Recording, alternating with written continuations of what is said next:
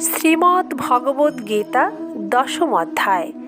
ভগবান সকল স্ত্রী জাতির মধ্যে কীর্তি, শ্রী, বাক, স্মৃতি, মেধা, ধৃতি এবং ক্ষমারূপে বিরাজিত থাকেন।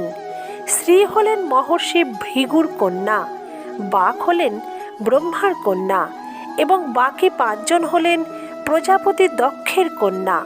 সদ্গুণ এবং ধার্মিকতার জন্য জগতে যে খ্যাতি তাকে কীর্তি বলে। স্থাবর জঙ্গম অর্থ সম্পত্তি, শারীরিক সৌন্দর্য ও কান্তি হল শ্রী। বাক হল সরস্বতী। বচনে যা সকল বিষয়ের প্রকাশকারী তাই হল বাক।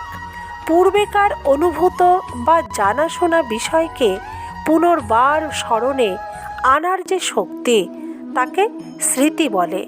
ভগবানের এই বিভূতিগুলি সকল স্ত্রী জাতির মধ্যে বিরাজিত থাকেন।